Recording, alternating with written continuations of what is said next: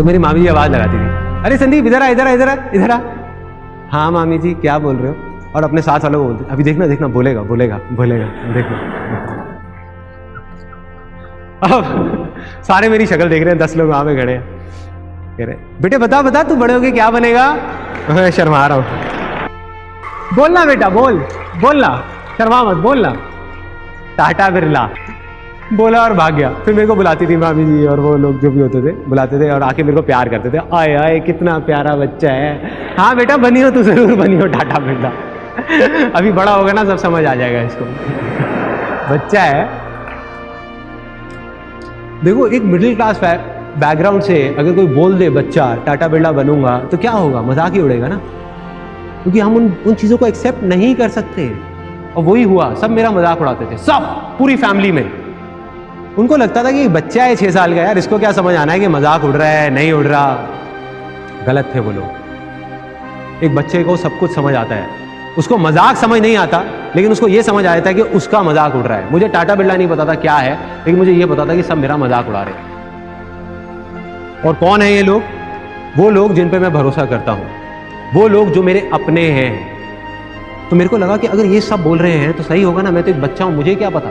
अब जैसे जैसे मैं बड़ा हुआ, ऐसी और पता नहीं कितनी सारी चीजें हुई, कितनी सारी बातें हुई, तो 18 साल की एज तक पहुंचते पहुंचते मेरे दिमाग में क्या बैठ गया, कहीं से 10-15 हज़ार रुपए की नौकरी मिल जाए बहुत है। मुझे याद है जब मैं करीबन 18-19 साल का था तो मैं किसी के पास राय लेने गया था। हर फैमिली में कोई ना कोई ऐसा होता है जिनके पास सब जाते हैं राय लेने के लिए। आप सबकी भी फैमिली में कोई ना कोई होंगे ऐसे, होते हैं। तो मैं गया पूरी तैयारी के साथ कि वो क्या पूछेंगे क्या नहीं पूछेंगे। उन्होंने 10 चीजें पूछी कि अच्छा ये जो तू बोल रहा है इसमें ये हो गया तो क्या होगा, ये हो गया तो क्या होगा, ये हो गया तो। मैं पूरी तैयारी के साथ गया था। मैंने कहा ये हो गया तो ये होगा, ये हो गया तो ये होगा, ये हो गया तो ये होगा। जब उनके सारे सवालों के मैंने जवाब दे दिए तो उन्होंने कहा बेटे ये ना बड़ा इम्प्रैक्टिकल सी चीज़ है जो तू बोल रहा है, ये ना हो नहीं सकता। मैंने कहा क्यों नहीं हो सकता?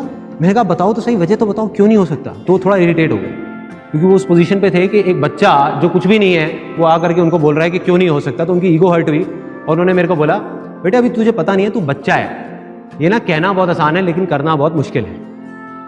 कितने लोगों ने डायलॉग सुना है?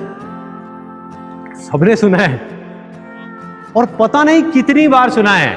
कभी सोचा है कि इस सिंपल से डायलॉग का क्या असर होता है हमारे माइंड के ऊपर या हमारी उस लैंड के ऊपर जिसकी मैंने बात करी? ये जो मुश्किल वर्ड है ना, ये भी एक बीज है। जैसे एक सक्सेस के बीज की मैंने बात करी थी, एक फेलियर का बीज है। क्योंकि किसी भी चीज में आज आप बोलते रहो कि ये मुश्किल है मुश्किल है मुश्किल है, कुछ टाइम बाद आप क्या बोलने लग जाओगे? नामुमकिन है, हो ही नहीं सकता, मतलब दी एंड।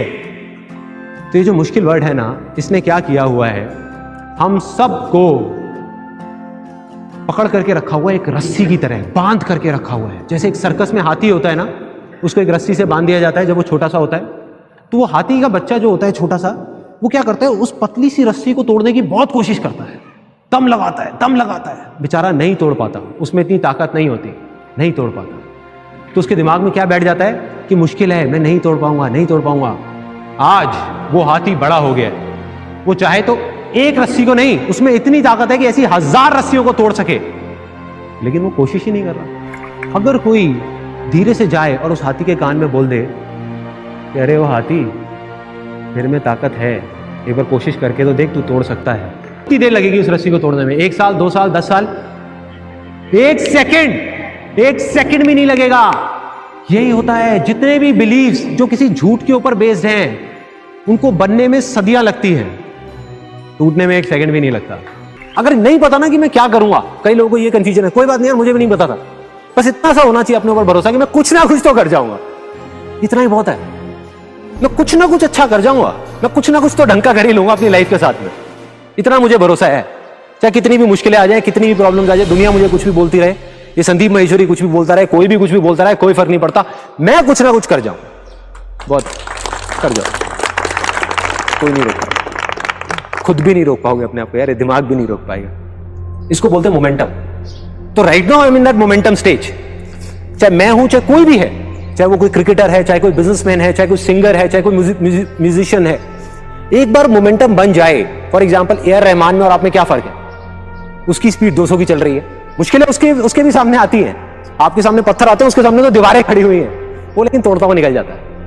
मेरे सामने भी आती है, मैं तोड़ता हुआ निकल जाता हूं, राइट। पर जो शुरुआत है वो करनी है, वो एक बार शुरुआत हो जाए ना, और शुरुआत में जैसे ही आपका दिमाग बार बार आकर के वो पत्थर सामने रखेगा, तब आकर के बड़े शांति से आपने अपने दिल की सुननी है, दिल से आगे निकलना है, दिल से आगे निकलना। ऐसा कोई भी आदमी जो सक्सेसफुल हुआ है, क्या कोई और तरीका है कामयाब होने का? बिना अपने पे भरोसे के, बिना विश्वास के क्या कोई कामयाब हो सकता है? क्या नहीं हो सकता। क्या सचिन तेंदुलकर से ज्यादा टैलेंटेड लोग नहीं है क्या इंडिया में? नहीं है। उससे ज्यादा प्रैक्टिस करने वाले लोग नहीं है, उससे बेटर टेक्निक वाले लोग नहीं है। क्या फर्क है उसमें और बाकी सब में? वो मानता था कि मैं कर जाऊंगा।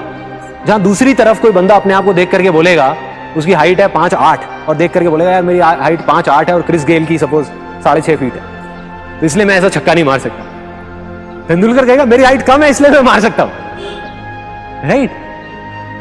तो वो जो आदमी जिसको अपने ऊपर भरोसा है, जिसको अपने ऊपर विश्वास है, वो अपनी वीकनेसेस को भी स्ट्रेंथ बना करके आगे ले आएगा।